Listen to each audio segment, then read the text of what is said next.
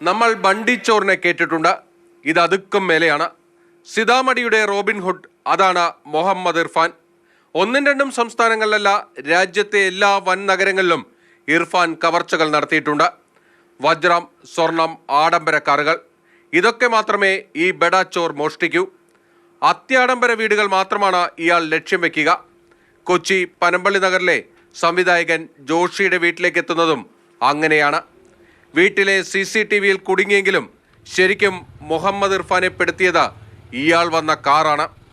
പ്രദേശത്ത് സംശയകരമായി കണ്ട Maharashtra രജിസ്ട്രേഷനിലുള്ള Celerio car തുമ്പായി മാറി. ഇതിന് പിന്നാലെ പാഞ്ഞ കൊച്ചി സിറ്റി പോലീസ് 4 സംസ്ഥാനങ്ങളിലെ പോലീസിന്റെ സഹായം തേടി. ഒടുവിൽ ഉടുപ്പിയിൽ നിന്ന് ഗോവ ലക്ഷ്യമാക്കി പാഞ്ഞ ഇർഫാനെ കോട്ടയിൽ വെച്ച് കർണാടക പോലീസ് പൊക്കി. ജോഷിയുടെ വീട്ടിൽ നിന്ന് കവർ ചെയ്ത ആഭരണങ്ങളും കണ്ടെടുത്തു.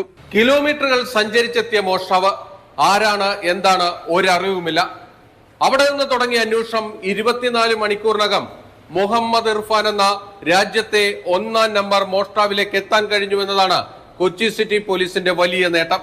കവർച്ചയിലൂടെ സമ്പാദിച്ച കോടികളിൽ നിന്ന് തന്റെ ഗ്രാമവാസികൾക്ക് ഇർഫാൻ സഹായങ്ങൾ ചെയ്തിരുന്നു. അങ്ങനെയാണ് ബീഹാറിന്റെ സ്വന്തം റോബിൻഹുഡ് എന്ന വെളിപ്പേര് സ്വന്തമാക്കിയത്.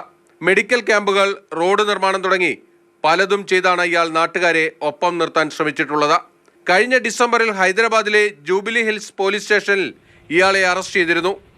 മിക്ക കേസുകളിലും വേഗത്തിൽ ജാമ്യം നേടി പുറത്തിറങ്ങിയാണ് മുഹമ്മദ് ഇർഫാൻ വീണ്ടും വലിയ കവർച്ചകൾ നടത്തിയിരുന്നത്.